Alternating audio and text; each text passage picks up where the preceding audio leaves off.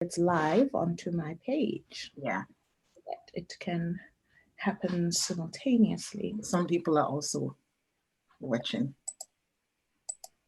Okay.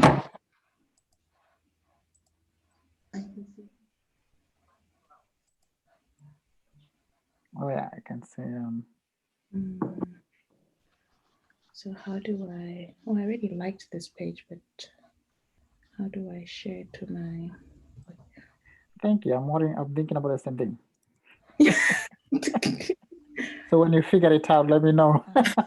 Oh man, oh Martin, I feel pressure. I can see it's a little bit delayed on Facebook. Huh? Yeah. Slightly. Yeah, slightly delayed. Okay, there's a share option, and then Problem is for me, it's asking me for groups. I don't have groups. oh wow, there's quite a delay. Okay, I don't have a group. Okay, maybe if I copy the link. No, share it on your news feed. Okay. It doesn't actually give me that option. Okay, I'm going to see if I can share it then, if you'll be able to share it from my personal page. Yeah, because it says write post, watch party, copy link, share to group. So doesn't actually give me that option. Okay, I'm going to see if I can share it. How do I do it?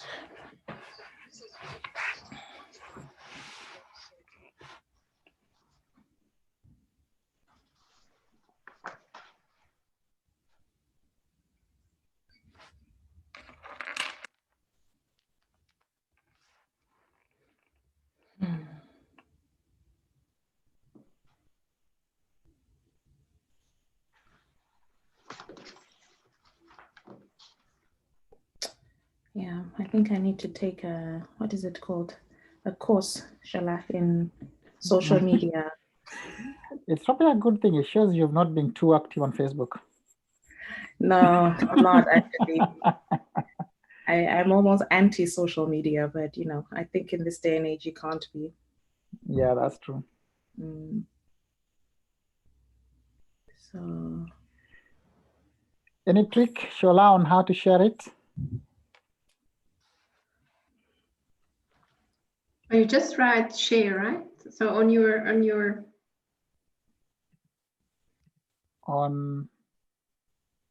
so I can find it on Beth David's. Yes, and then on the bottom you say share to your story, right? Or should it be shared to a group? Yeah, then the bottom.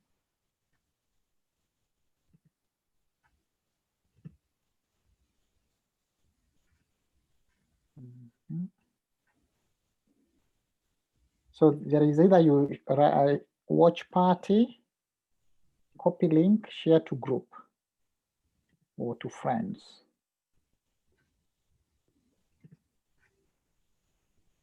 Oh, if you say watch party, it goes to the news feed, and then you can select whether you want it public or your friends.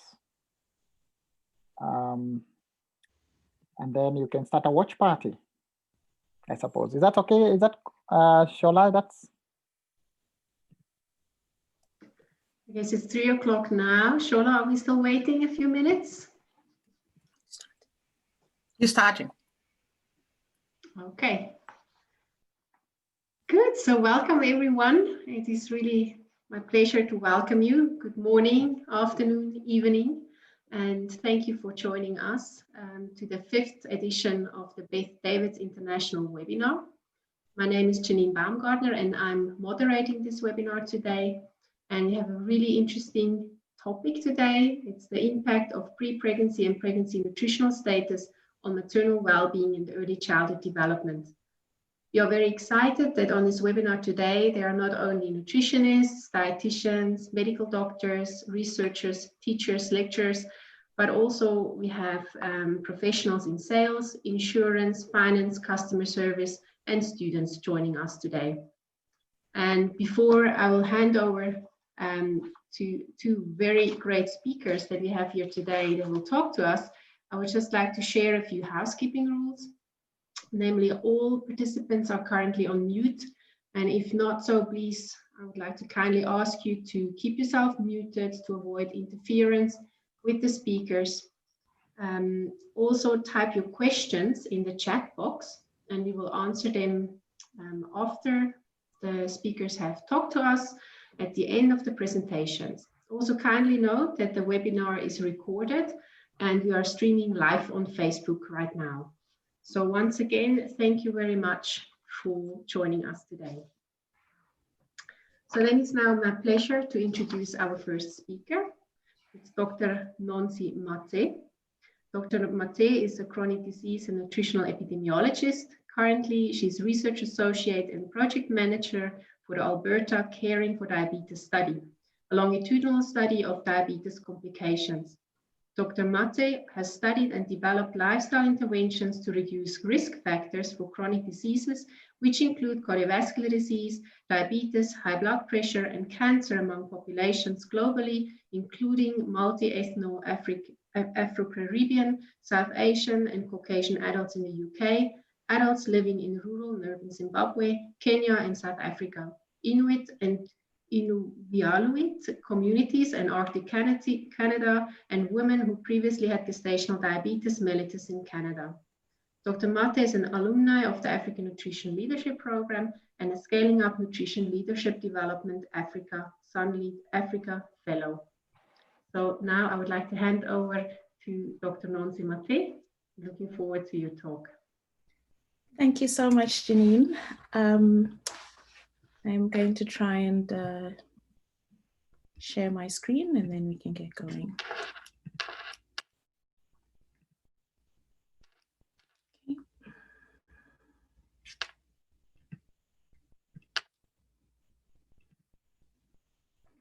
Okay, great. Thank you very much again, Janine, for the introduction. As has already been said, I am a chronic disease and nutritional epidemiology researcher. And that essentially just means I study the relationships between nutrition and diet and chronic disease in different population groups. I also like to call myself a lifestyle advocate. So I really, truly believe in the impact of change in lifestyle or lifestyle intervention to improve health. So today,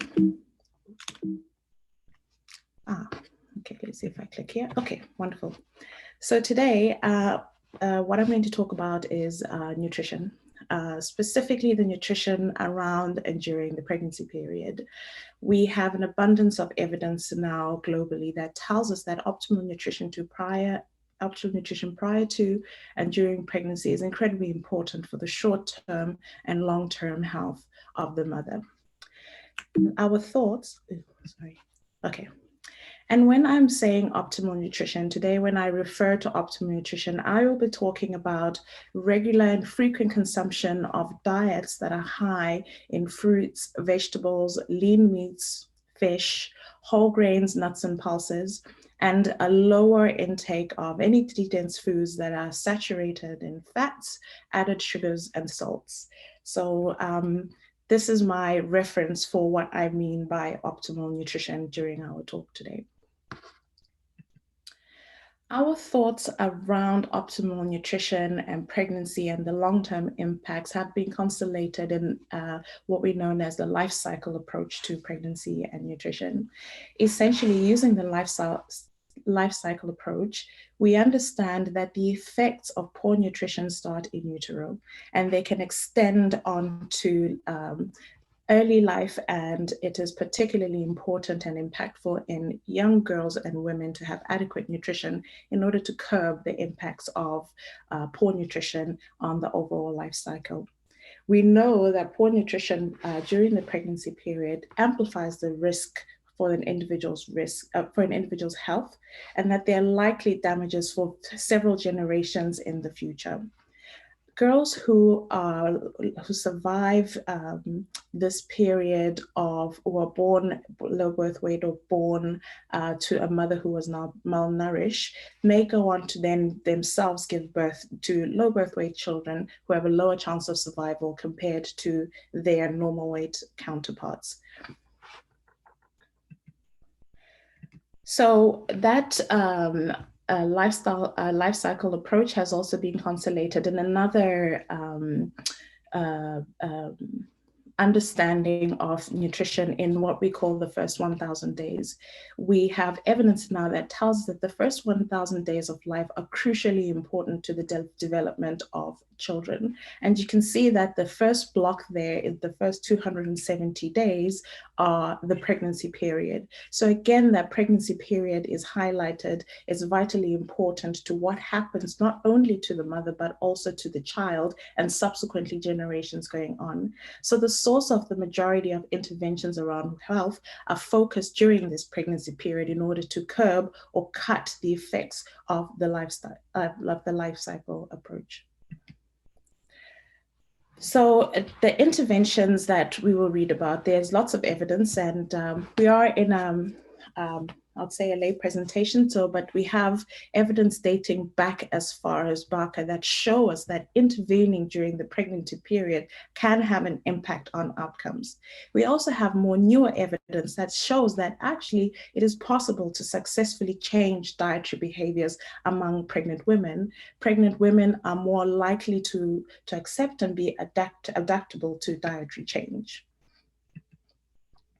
But one thing that we have not seen so far is that the effect of dietary changes does not seem to have had an adequate or effect on pregnancy complications such as gestational hypertension and gestational diabetes. These complications, gestational hypertension and gestational diabetes, are a growing concern globally. They are the preamble to most chronic diseases. I'm going to talk a little bit about gestational diabetes in particular. So what exactly is gestational diabetes?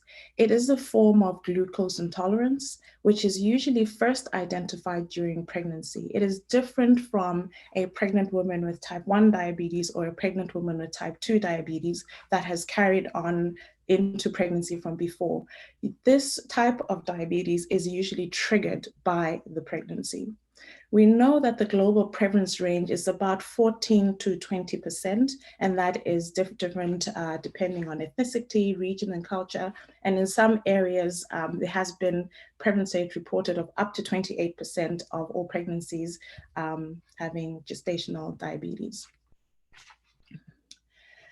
Now, the adverse outcomes associated with having a gestational diabetes pregnancy include spontaneous abortion, fetal anomalies, preeclampsia, stillbirth, microsomia, hypoglycemia, etc. The list is endless. What if the mother is able to come to term with her baby and give birth?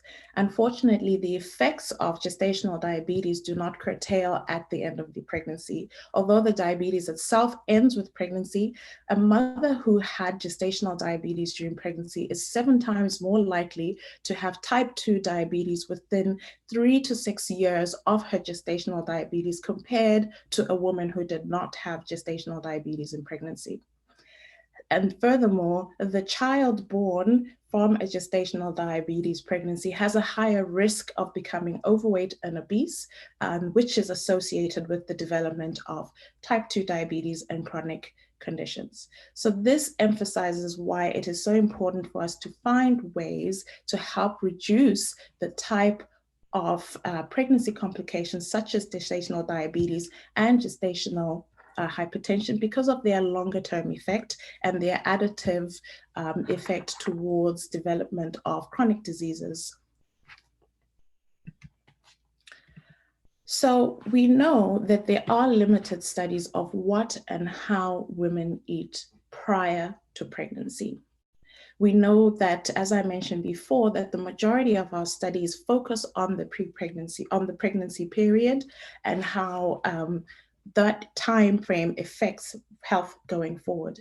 However, in understanding the life cycle approach and also understanding that there's been limited effect of the interventions during pregnancy on pregnancy complications such as gestational diabetes, we have thought now maybe it is possible to look at the period before pregnancy as a possible period to intervene in reducing the risk for gestational diabetes and gestational hypertension type conditions.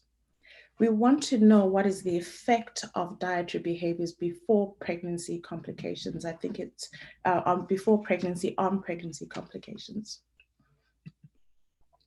We also know that diet behavior tracks prior to pregnancy to during pregnancy. So it's that period of intervention is now broadened just beyond the pregnancy period, and we can focus on that. And essentially, that's exactly what my colleagues and I did. Myself and Megan Jarman led an investigation looking at diet prior to pregnancy and pregnancy complications in a large population of women here in Alberta, Canada, to answer the exact question that we just posed. We used a unique analysis called dietary patterns analysis. The reason we used the dietary patterns analysis is because we wanted to look at the diet globally. As opposed to looking at a single nutrient, we wanted to look at the full diet pattern and understand how that diet pattern relates to pregnancy complications. Diet patterns analysis considers everything, the drinks that somebody consumes, the habits, and the patterns of food choice. So these were the aims for our study: to describe diet patterns of women prior to pregnancy and explore the associations between diet prior to pregnancy and pregnancy complications, primarily gestational diabetes and gestational hypertension. How we did this is that we used a tool known as a food frequency questionnaire, which is fairly common within nutrition, to assess long-term diet. And we were particularly interested in the diet of the women in the year before they were pregnant. In order for us to get a holistic picture of lifestyle, we also assessed physical activity using a tool known as the Beck questionnaire. And we also looked at body mass index, which is a proxy measure for overweight and obesity. In this group of women, we then identified those who had excess gestational weight gain. We identified gestational hypertension and gestational diabetes. We also looked at their social demographic characteristics, which included age, education level, marital status, household income, etc. This is a very small table just to describe the characteristics of the women whom we were studying. These women are from Edmonton, Alberta, in Canada. They had an average age of about 31 years. Most had university education. Most were what we would describe as high income because they had incomes greater than 100,000 Canadian dollars a year, which is the yearly household income. Most were married or cohabiting. The majority were of Caucasian ethnicity. A few smoked, a very small number, 1% of the women were smokers during pregnancy. In terms of their pre-pregnancy BMI, we noted that the majority fell into the normal weight category. 65% of the women were normal weight, but we also had some in the overweight and obese category. In terms of our outcomes, the complications, we found that approximately 48% of the women were above gestational weight gain guidelines, and approximately 3% had gestational diabetes and 6% with gestational hypertension. So to summarize the results, I'm not going to bore you with endless tables, so I'll highlight the important bits. So we were able to identify 4 main food consumption patterns prior to pregnancy. This is after we grouped the individual foods and then put them into broader groups and ran what is called a principal components analysis in order to create these 4 food groups prior to consumption. So this is what the women reported eating prior to pregnancy. When we identified the 4 main groups of consumption, we also gave them names according to what we thought were in the main food groups within those patterns. And this is what they looked like. So we had a very clear pattern that we called a healthy pattern, because this pattern was characterized by women consuming high amounts of green vegetables, other vegetables, fruit, excluding juices, orange vegetables, oils, brown pasta, fish, tomatoes, and white pasta. So women in this who in this pattern reported consuming more of these types of foods on a regular basis prior to pregnancy. We also identified a meat and refined carbohydrate pattern. So these women reported consuming frequently prior to pregnancy red meat, processed meats, fries and roasted potatoes, white bread, and boiled potatoes. We identified a third pattern that we called beans, cheese, and salad. And this also describes a pattern where women consumed frequently prior to pregnancy beans and pulses, cheeses, and salads and vegetables. And then our most interesting pattern is what we then call the tea and coffee pattern, where women described consuming large amounts of tea, coffees, added sugars, full fat milk, and decaf coffee. In identifying these patterns, we also wanted to know who are the women who are more likely to eat in these food groups. Prior to pregnancy, those women who frequently consumed the healthy pattern were more likely to be highly educated, have a normal BMI, and have higher physical activity from sport. I emphasize from sport because our physical activity tool had several categories that would allow us to know where that physical activity primarily came from. Was it from work-based activities? Was it from sport? Or was it from other leisure activity?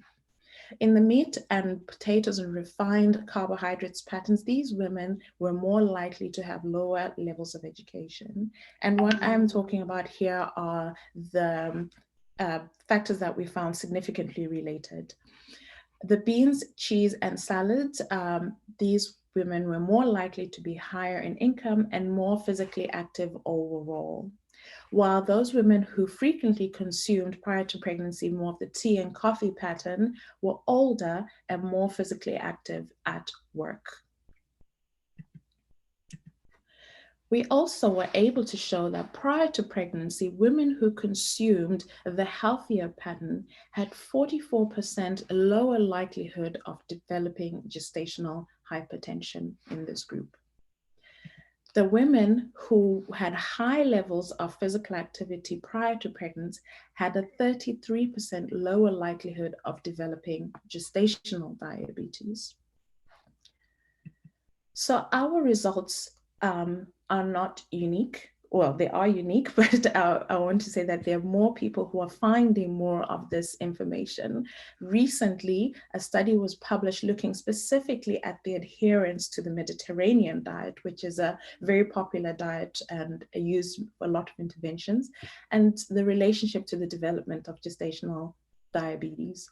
So the Mediterranean diet in this study was found to have a protective effect. Adherence to it was found to have a protective effect against development of gestational diabetes if it was adhered to prior to pregnancy. We also identified a systematic review which looked at several different diets, including the Mediterranean, the DASH diet, and alternative healthy index diet. And they found that these type of studies that looked at the relationships between these diets and the prior to pregnancy were associated with a 15 to 38% reduced relative risk for gestational diabetes. In this study, they also emphasized that frequent consumption of potato, meat and processed meats and protein type diets, which were mainly derived from animal sources, were associated with an increased risk for gestational diabetes. And also emphasizing the effect of physical activity here, because we're looking holistically at lifestyle. Pre-pregnancy or early pregnancy physical activity was associated with a 15% reduced odds of developing gestational diabetes.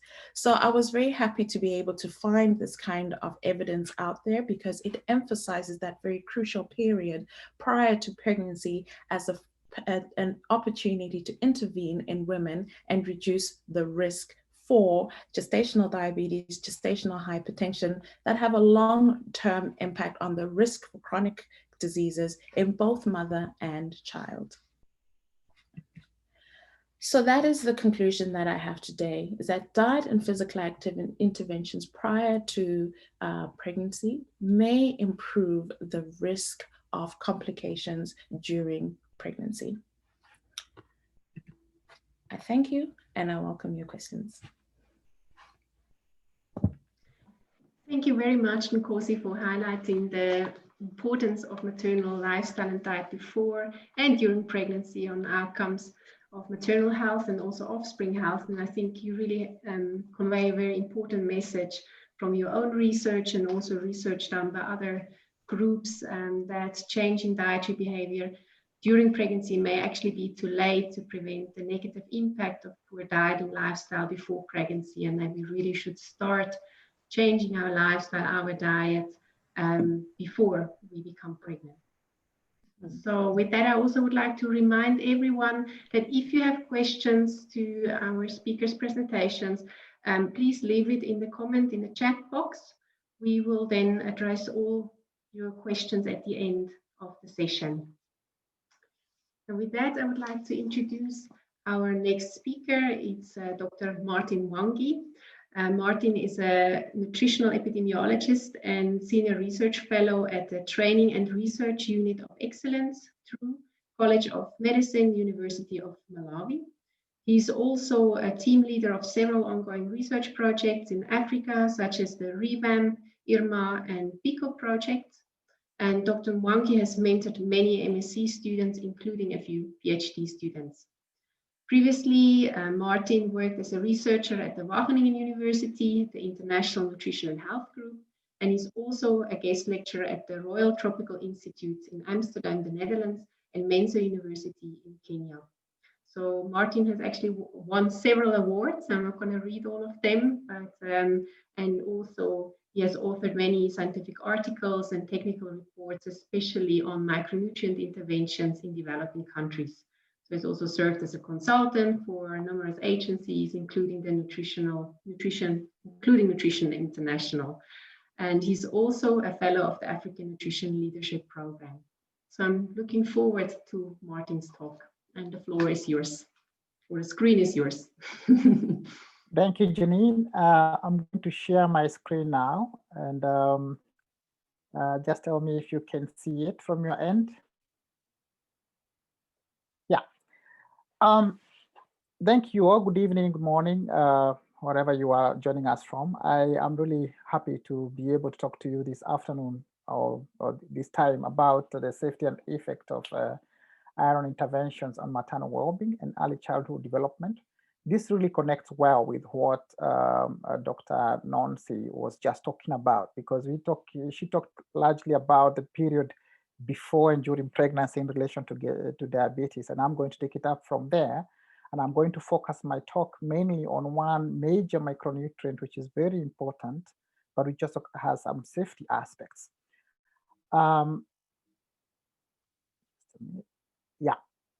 So this also was alluded to during Nonsi's talk, and this is the goal of every human, how to go through the life cycle while optimizing your output and your productivity at every stage of life.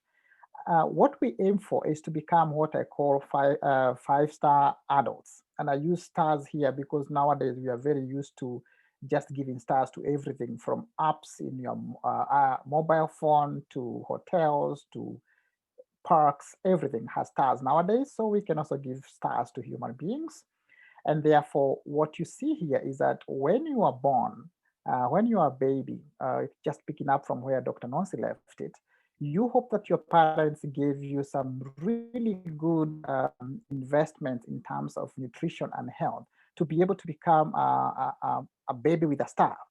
And depending on how you are interacting with the environment around you, how you are nurtured by your parents, but most importantly, your nutrition and your health, you go on to gain some stars as you become an infant. And then you start crawling, you start walking. And if that is again going very well, your parents are not struggling very much financially, so they can afford a good diet for you, good nutrition. They can afford to make sure that you're not suffering from diseases, keeping you from infections, taking you at least to a school where you can access, good instructions or education, then it means you continue to gain some stars. You become a 3-star child. And then you go on to become an adolescent. And then hormones start to kick in. And what we have noticed is that now there's a direct link between your nutrition and health and how you're able to deal with your adolescent period. And this is from where the previous speaker, Nonsi, left it, where she said that your health from this stage determines whether you become a ready adult female, if you are female, who can go on to have healthy pregnancy that doesn't go on into gestational weight gain, for example, leading to gestational diabetes and many other problems. Now, we all aim to become really healthy adults who will go on to become healthy in our old age. We want to enjoy our old age. And then, as is a eventuality of every human, at some point you die. But actually, you don't die. What happens is that somehow you start the next lineage. You have a duty to play. And from this slide, you can see that actually when you are an adult, if you have ensured that you are a 5-star adult, and luckily or not luckily, you meet a partner who has also ensured that they are a 5-star adult, whether female or male, then you two go on to maintain your nutrition and health, and then you go on to get a baby. Remember, we were giving the baby stars here. So you're able to get a baby that has the very good resources to be able to go on to become a healthy child, adolescent, and adult. And then the life cycle continues. And this is the life cycle we are talking about today. Iron is key in helping adults get to and stay in their prime. And what we want to find out in my next 10 to 12 minutes is whether the benefits of iron interventions, especially in children, outweigh possible risks. But we are first going to check about the benefits in pregnancy for the mother especially.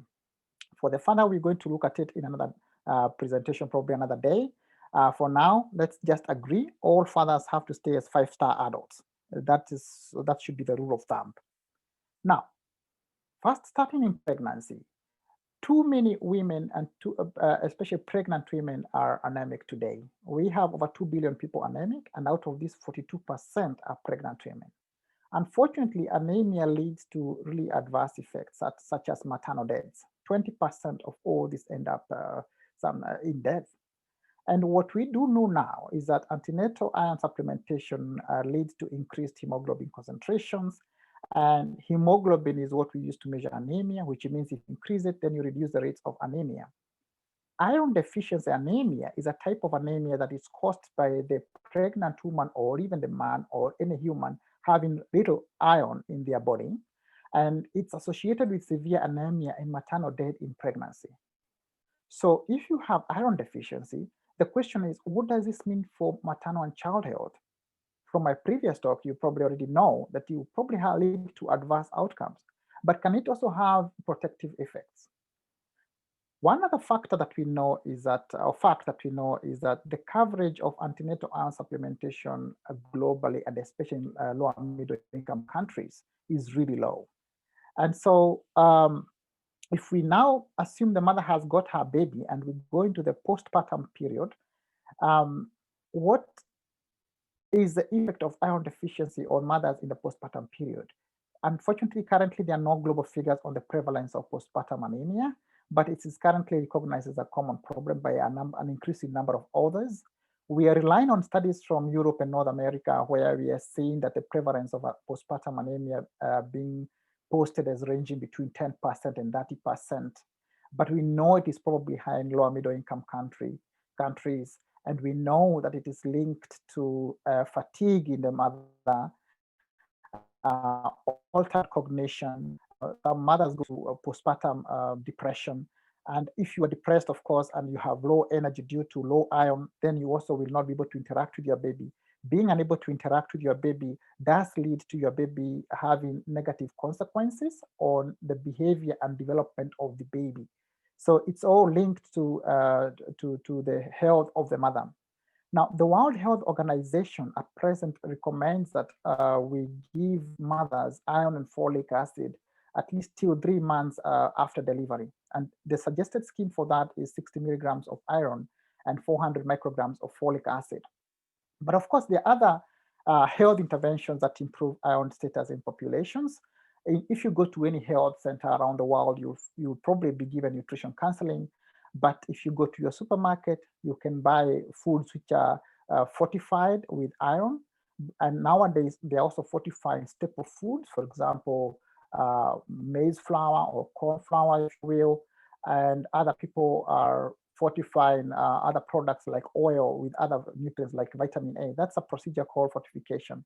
We also have point of use fortification, which is giving micronutrient supplements during the time of feeding. You get a sachet that you sprinkle the nutrients onto your food, and you make the food for the baby or for yourself, and you eat it.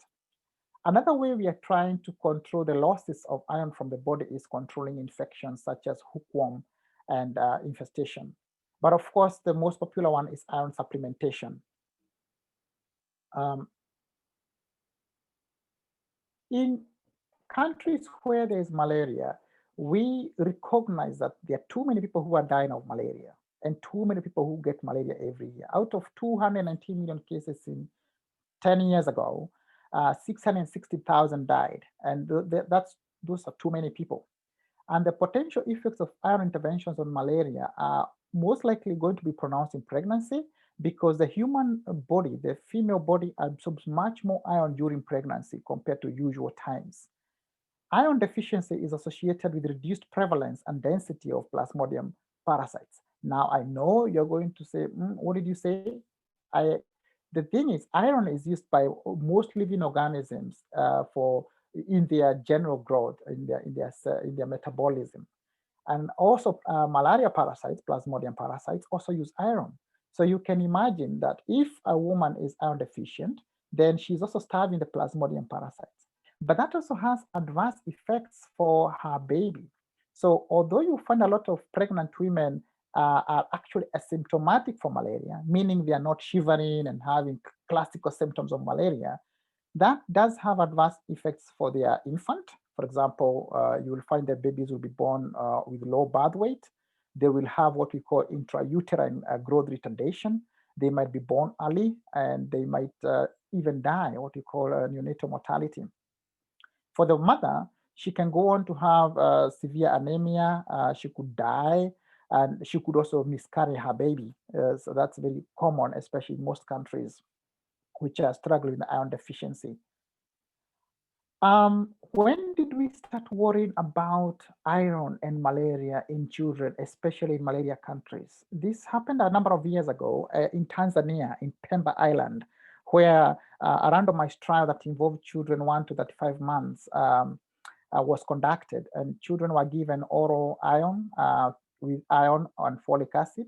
And it was observed that although it was supposed to cure anemia, it increased all-cause mortality and hospital admissions by 12%.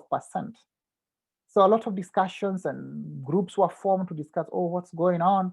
And the World Health Organization took it up and recommended that in children in settings with high prevalence of malaria and other infectious diseases should not receive universal iron supplementation in the absence of malaria prevention strategies.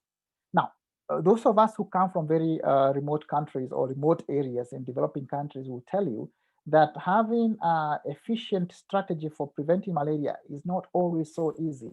Sometimes the health center is very far, but sometimes also there are drug stockouts, even if you get to the health center. So how do we do this? So to test this, we did one study which is completed, and I'm reporting this one because it's a completed study, although other studies are also ongoing. We did a study in Kenya where we wanted to find out, okay, if children are getting sick, what about the pregnant mothers? So our objective was to assess the effect of infection during pregnancy or malaria infection, but also to see whether it has an effect on gestational age at delivery, newborn size, and maternal and neonatal iron status at 1 month postpartum. This job was done in Western Kenya, in near the city of Kisumu, on the shores of Lake Victoria here. And this is an area which is very heavy in terms of malaria infections. The entomological inoculation rates per year are very high. And so the pregnant mothers who participated in this trial, if they were going to have increased malaria, this was a place to find it. And we did not find any increase in malaria infection even after giving iron supplementation. But the iron supplements we gave did reduce maternal anemia at term by over 70%, and that is huge. Iron deficiency anemia was reduced by also considerably by 57%. What we observed is that iron supplementation does also not increase placental malaria. And keeping in mind that the women who participated in this trial, 60% of them were iron deficient, and overall, iron supplementation seemed to increase baby birth weight by 150 grams, but babies in the iron group, the iron deficient group, were 234 grams heavier. It means that actually giving iron during pregnancy, the people who benefit most, the women who benefit most, are those who were initially iron deficient. And then we try to think in terms of policy. If we do some modeling, a little bit of mathematics, we realize that you only need to supplement 17 women to prevent one single case of low birth weight. Now, if you talk to the experts in neonatal health, they will tell you that low birth weight is one of the highest predictors of neonatal death or neonatal mortality. And so if it means you just have to supplement 17 people to avoid one human being dying, I think any policymaker and any government would be happy to take up this policy, because it's a very cheap thing to do at community level. So we observe that antenatal iron supplementation has potentially immense benefits for infant survival and health, and that should outweigh any possible concerns about risks of malaria, because malaria was not increased.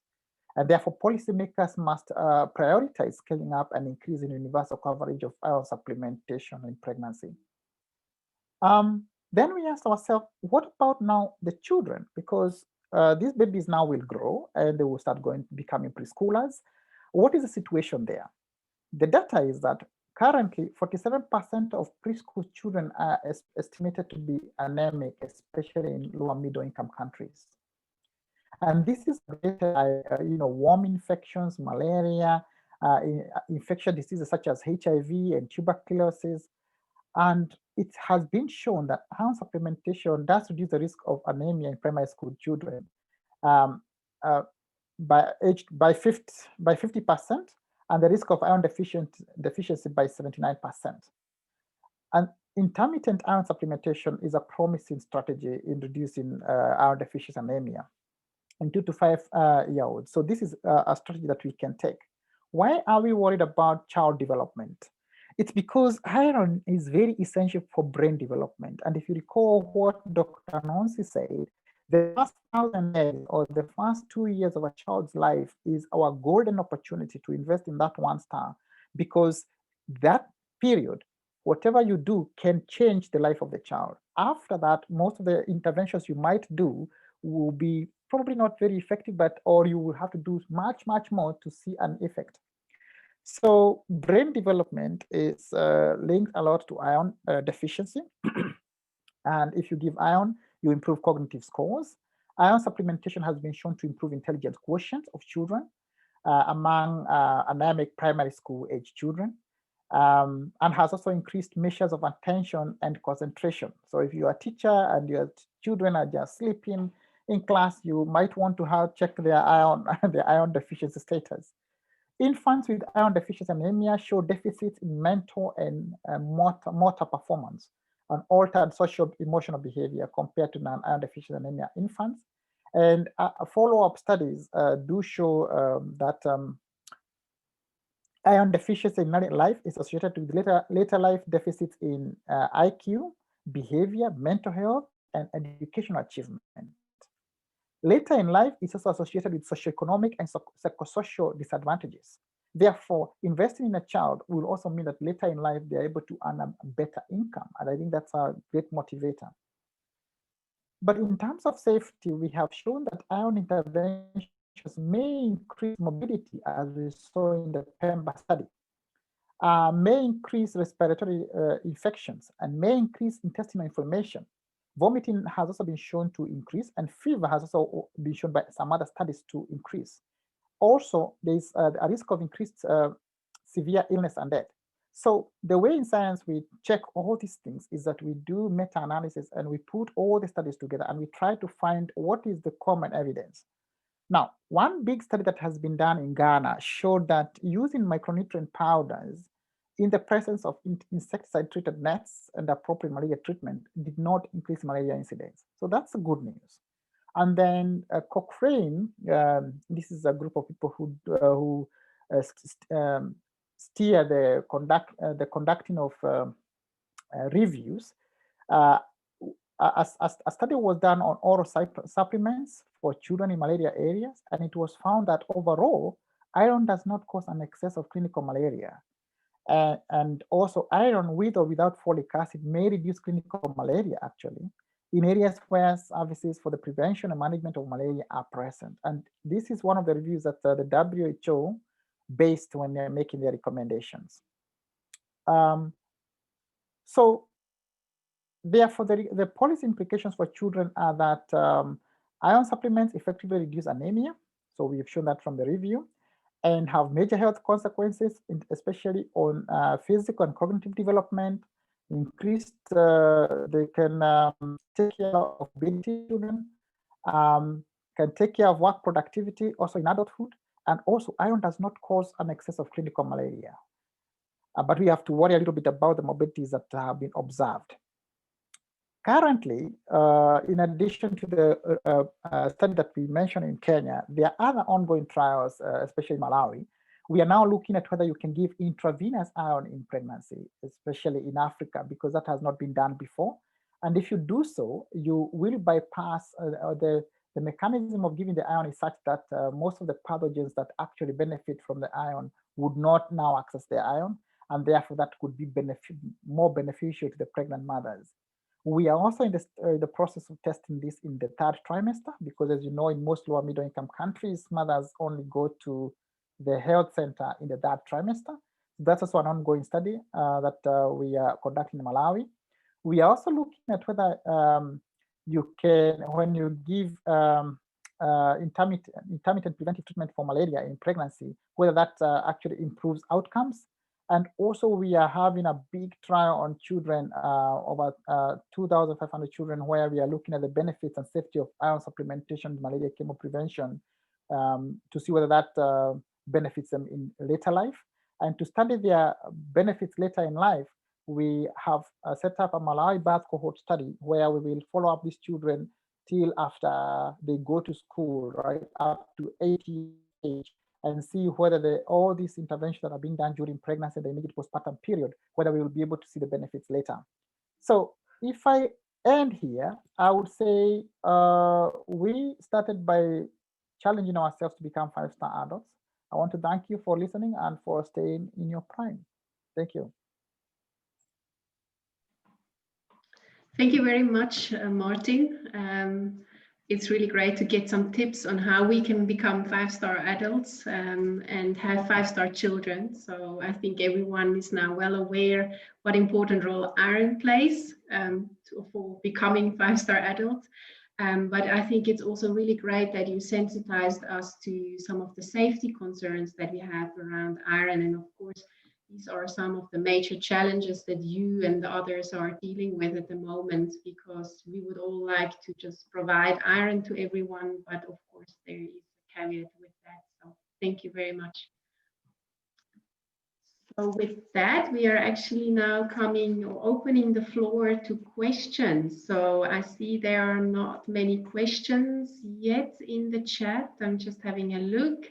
There is one from Gertrude Were. I hope I'm pronouncing your names correctly. I see I make lots of mistakes by pronouncing names. So she's saying, I noticed some of the statements in Dr. Mwangi's, sorry, now just moved away while screen sharing stopped. Sorry, it's just, okay. So I noticed some of the statements in Dr. Mwangi's slides have stars. What do these stars mean?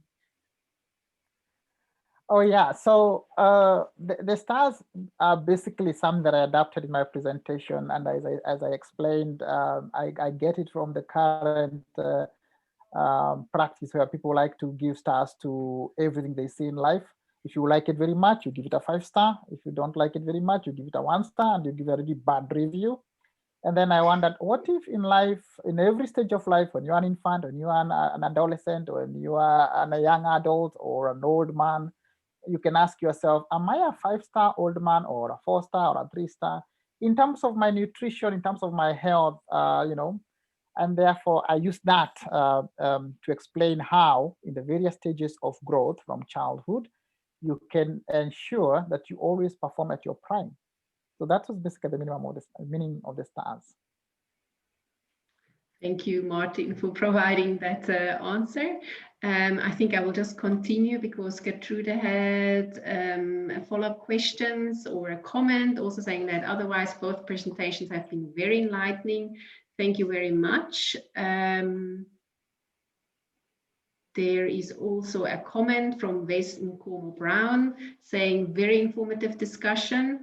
This has helped me introspect on my personal choices too. And I think that's really a great outcome of this webinar. I think we all need some awareness, especially during these difficult times, that it's worthwhile having a good lifestyle and making sure we eat healthy.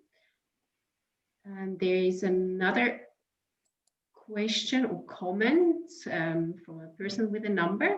I'm thrilled by the presentations. I was particularly curious about the Ghana research findings on MNPs and malaria. So maybe Martin, you can elucidate a bit further. I'm happy to share the Ghana study. I can send it to the conveners of this forum and they can share it because later you will receive the slides and some reference materials. So, but this is a study that was conducted in Ghana, especially after it was noticed that when you give iron to children, they tend to get, you tend to see an increase in respiratory infections, for example, but also morbidity and even hospital admissions, as we saw in Tanzania. So a study was conducted to check whether if you give micronutrient powders, but you control malaria infections, do you observe the same kind of results? And what they found is that no, actually it was safe. As I said, I will give the link, probably the PDF if it's free to share. I can also give it to the conveners and you can receive it later with a copy of the slides. Thank you. There's another question from Anton Calves. Does iron supplementation in early pregnancy help prevent cleft palate? It's a very good question. Cleft palate. I am not an expert of that, but I think probably Nonsi can help me here. But I would have to look into that. Nonsi, do you have a response to that? No, not for the cleft palate question, because this is also not my area, but maybe when we share the slides, we can see if we can find a review to help the person along with that answer.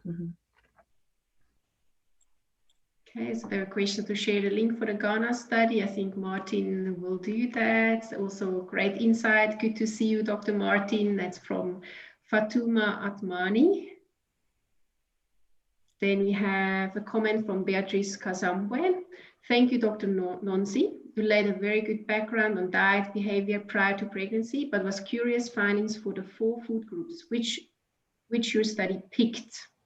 So maybe you can explain a little bit how you came up with the food groups. Okay, so thank you, Beatrice, for your question. So essentially, we used a technique which is becoming increasingly popular in nutritional epidemiology study, which is a diet patterns analysis. And so technically, we didn't pick the food groups. They picked themselves, they grouped themselves. And how that happens is that each woman filled out a questionnaire with 142 food items that are frequently consumed in the context in which they live here in Alberta, Canada. And about 142 items is common for a food frequency questionnaire across the globe. Then those food frequency questionnaires are naturally grouped anyway. So there are questions on the cereals that you consume, there are questions on vegetables, there are questions on meats. So from the 142 food items, we were then able to further group or reduce down the number of food items into 50 individual food groups that the women reported having consumed prior to pregnancy. We then put this into a statistical program, which is how we get the principal component analysis.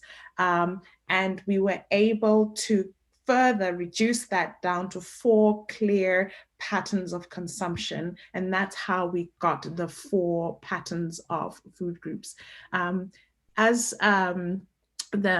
not sure if you're interested in the paper, but the paper is available. That goes into real detail about principal component analysis. It's a little complex, but it's a great way of reducing down information into a manageable size. So that's how we ended up with the 4 food groups. And we named them. So the naming process of the food groups is we look at the type of foods that have been reported in each group, and then we decide to call it according to what is in the group. Hence the names. A healthier pattern, because we know something with more fruits and vegetables, etc., is healthier. And also we had, like I said, a beans and cheese and tea and coffee pattern. Thank you. There are many comments coming in, so many people saying it is very interesting. Also, there's an interest, Martin, in following your PICO cohort in Malawi as it progresses. Also from Mucha, this was very interesting and insightful. I was not aware of diet behavior prior to pregnancy, so I'm also glad to hear that we reached some more people's awareness of following a healthy diet before becoming pregnant. Just quickly want to go down. There's a very good question here. Ghana, or a comment. Again, Ghana started a mass seasonal malaria chemo prevention for children, and I will be glad to take up a study on that and its effect on hemoglobin concentration. Kindly let me know if anyone is interested in collaborating on this study. So email address is there. Martin, maybe something for you. Yeah, I'll get in touch. I actually just maybe I have a follow-up question on that, because while you were talking, I was also quite curious on whether, I mean, I know there was just a recent systematic review also showing that this malaria prophylaxis program in school children seems quite effective, of course, not only in preventing malaria, but also in reducing anemia. But I was wondering, what's the practice in pregnant women? Is it possible to provide prophylactic anti-malaria treatment in pregnancy, or is it, you know, does it have any harm to the developing baby? So that's a very good question. So there are various methods that have been used to control anemia during pregnancy. There is the IPTP, intermittent preventive treatment with right now in Malawi, for example, is SP, sulfadoxine trimethamine. We are also, the study that I posted is also checking on the use of DP, the hydroartemisinin piperacin, because it has a long active period, or rather protective period on the pregnant mother. So yeah, we do have drugs that we can use to safely prevent malaria in pregnancy. The challenge that is there, though, is that number one, women come to for the antenatal clinics too late. Traditionally, most of them show up in the 2nd trimester. And the reason why we have actually started understudy in the 3rd trimester is recognizing the fact that majority come in the 3rd trimester. And so when you wait for them in the hospital, by the time they come, if adverse effect on the unborn baby is already done. And you want to catch this woman at the minute she knows she's pregnant, so that your interventions, keeping her away from malaria, taking care of the iron deficiency, taking care of other micronutrient deficiencies that she may have, you want her to be a healthy mother. As I said, if I use my stars, you want her to be a 5-star mother, so that she can go on to have a 5-star baby, and then this baby can have the best chance in life. Yeah. Yeah, I think I agree with you. I mean, I used to work in South Africa for a long time as well, and there the same issue is that women only seek antenatal care 16, 18, 20, 25 weeks of gestation. So it's quite late. And even with some of the interventions we have in place, like antenatal supplementation, ideally they start early. And I think that's where Nkosi's advice, of course, to start prior to pregnancy, optimizing your nutritional status, your lifestyle, will have a huge impact. So if I may Yeah. also ask Nonsi a question on that, you have shown, I mean, you determine your dietary patterns, and you also try to characterize what are the women who follow certain patterns. Have you also looked at where there is a difference in diet and lifestyle, whether women are planning to become pregnant or not? Mm-hmm. So this is actually part of future interventions. Future studies. I would say that women who are planning to become pregnant actually are more cognizant of their dietary behaviors. This is my thought, because we have things like women taking prenatal supplementation quite a bit prior to pregnancy. So there's a general awareness that we can speculate, and also there may possibly be a difference between those who are planning and not planning to become pregnant in the choices that they make around their diet and lifestyle. So the overall recommendation I give is the lifestyle isn't just for the baby. It's for you. I really like Martin's analogy about becoming a 5-star adult. You can become a 5-star adult regardless of whether or not you plan to have a child or not. It's just about, overall healthiness for yourself. So this is the kind of messaging that we'd like to give people, and women in particular, that it's not just about having a baby. Women are not sort of baby factories. So if you're not wanting to have a baby, that's fine. If you want to continue, if we look at the health of a population in general, lifestyle interventions are effective at every stage, whether somebody's planning for something or not, because you're looking forward to a healthier adulthood and starving off chronic diseases. So, yeah. I think so. We slowly but surely have to wrap up, but I would like to take a last comment question before we come to some of the final words. And it's from Austin Ngore. I noticed Martin's presentation focused on iron deficiency. Please comment on the impact of a combination of iron and folic acid as a supplement on maternal and child health. Does folic acid also have an impact on mother and child health? And then in brackets, comment also on the effect on malaria. Thank you. Mm-hmm. So that's a loaded question coming very late, Janine. I see what you did there. So yes, folic acid also has a effect on the health of the pregnant mother. We do know that if a mother has a folic acid deficiency, then her baby also can have adverse effects, including neurotropic defects and many other really bad outcomes. So that's a reason why the two of them are always bumped up, and every time you give iron supplements, you also required to give folic acid supplements. Now, the second part of the question was, I think I missed it. No, you kind of answered it, except from whether there's any interaction with folic acid and malaria, maybe. Yes. So as you know, there has been a link between, there's been a big debate, and I think we might not be able to exhaust that in the remaining section of this meeting, about the effect of folic acid on malaria, because sometimes they can exacerbate malaria infection. And so it's always given with caution. And sometimes we are, those in the nutrition community are being asked to withhold folic acid supplements until somebody recovers from malaria. But the good thing about it is that most of our healthcare workers do know how to deal with it very well. It's mostly a question of whether the patient is actually available or not. If the patient is available, then the regimen or how to give iron and folic acid supplements, it's there, and the guidelines are there. And most countries have adopted the guidelines for the WHO, which are very clear on how you go ahead supplementing, so that you can take care of malaria while keeping, while also sorting out the folic acid deficiency.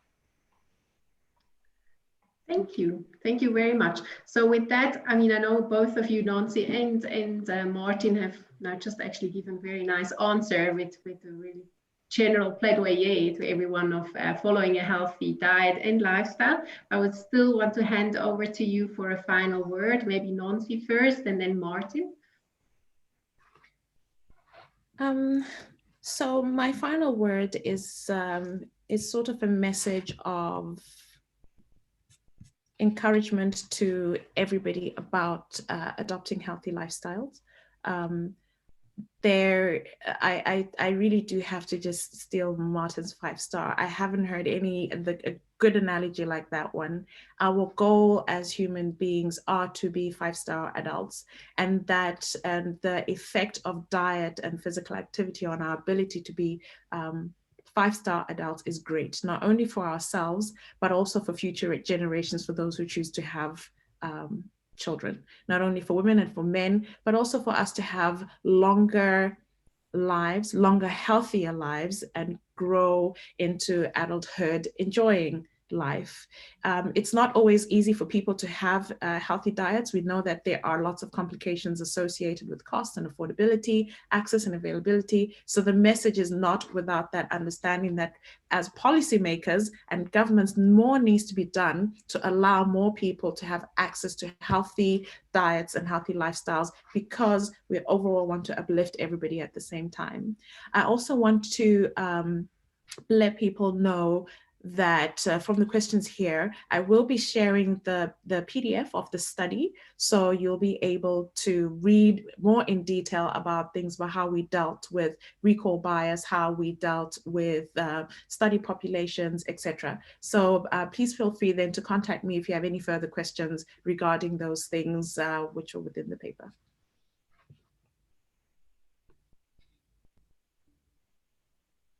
Great. Marty, thank you. How do I take up after nonsense really great words? I think what I can say as my closing remarks is life is a continuum.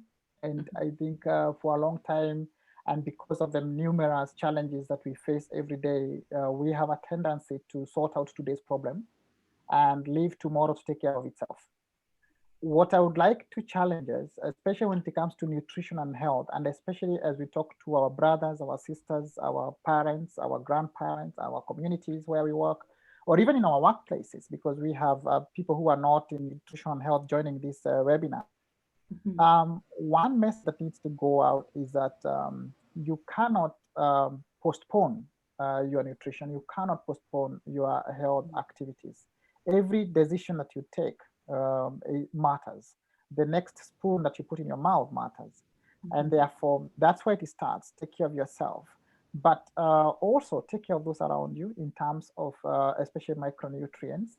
And if you have any access to anybody planning to or in the process of taking care of young ones, let them know that they have a window of opportunity. And this window of opportunities is the during pregnancy and then the first 2 years of life. And therefore, in addition to the traditional advices, do not smoke, do not drink alcohol during pregnancy, we know those ones. In addition to those ones, you might want them to tell them, if they're in a malaria country, let them keep malaria at bay, let them go to the hospital early, let them have their malaria controlled, and then they will also get their iron supplements. They will also get their folic acid. There's a whole regimen of health intervention that they will get there to make sure that they have a very healthy pregnancy. Then that way they will reduce the chances of losing their baby before it's born, and also the first month after the baby is born, a lot of babies die. We are seeing that a lot of that in the places where we are working, especially in Africa. And then after that, they have to know that taking care of the mother after the baby is born is really critical. What we have noted is that a lot of health authorities are focusing everything on the baby, and then we are forgetting the mother. And therefore, we are having all these stressed mothers, overworked mothers who are having postpartum depression. And what we don't realize is that that has a way of connecting to the baby. And then when you have a baby that is coming from a stressed mother or home, that baby cannot concentrate in school, cannot get its nutrition, cannot feed well. Then the whole cycle of life starts. So you have just started a baby on a journey of life when they are not ill-equipped for it. We have to correct that. So let's all focus on that stage of life. Let's make sure that our babies are healthy, our mothers are healthy, and I can assure you everything else will take care of itself. Thank you so much, Janine, for such a good job. Yes. Thank you both of you for this wonderful presentation and final words. I don't think there's much I can add. I may just want to again reiterate what Martin said. Take care of yourself and the people around you, your community. Try to make a difference. Especially, I just want to highlight again, we are living in difficult times now with the COVID pandemic, and there's a threat that the COVID pandemic will jeopardize a lot of the efforts that progress that we've made. So let's all do our best that we are not going back to zero, but that we also continue making our lifestyle and healthy diet our priority, and help our communities around us to have access to healthy foods, and do whatever we can. So with that, I would like to hand over the final words or vote of thanks to Shola Sotunde. Shola, you'd like to say something to us? Yeah, thank you. Thank you, Janine, for that wonderful job. Thank you so much for the moderation. And I'm so grateful to Nonsi and Martin. Thank you for providing this great enlightenment, because our goal at Bette Davis International is just like Janine said, we are in an interesting time, as I like to call it. The COVID-19 pandemic is really drawing a lot from every one of us, irrespective of where you live at this point in time. So this is our own way of giving back to the community, to say the things we are privy to as researchers, as nutritionists, as professionals, the things we know, the things we'll learn in our conferences, in our own cohorts, let's say it out to a lot of people. So it was so good to hear when someone said in the chat that, okay, now they've gotten to know about the importance of pre-pregnancy diet before you even get pregnant. And this is the reason why we're doing this. So thank you everyone that is on the webinar today for joining us, for giving your time. And also, like Janine said, please, and also what Martin said earlier, let us reach out to other people. What you've learned today, teach one. So you've learned one thing, teach that thing to another person as well, because that way you retain the knowledge for longer. Thank you so much. And we'll be sending all the slides and other materials to everyone. So on this point, we said we've come to the end of the webinar. If you want to switch on your video and give a shout out to any of your friends on the call, because we know our community is very small, you're welcome to do that for the next 2 minutes. But thank you very much. Thank you, Shola. We really appreciate you for all the work you do putting these webinars together. Thank you, really do. What Nonsi said.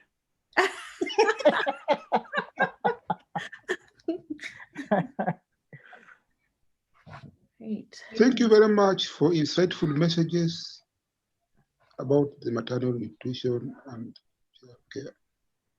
Thank you, Rodland. Thank you. Thank you. And there are some faithfuls here that are always on this webinar, always providing their support. So I'm giving a shout out to them. TK, thank you so much. Even though I know your video is off, thank you. Gertrude, thank you so much. Thank you. I see also Tinashe is here. Oh, okay. I'm wondering whether it's a Tinashe I know. I'm also wondering whether it's our Tinashe. Kayode, Jai, Melan, Mwende, thank you all so much. AG and Mohammed Abdul Razak, we will also, I think Martin will get back to you, because he's the one that has the number about the study in Ghana. So he's Mohammed Abdul Razak here. Bye everyone. Enjoy the rest of your day. Bye. Bye. Take care and stay safe. Bye. Bye.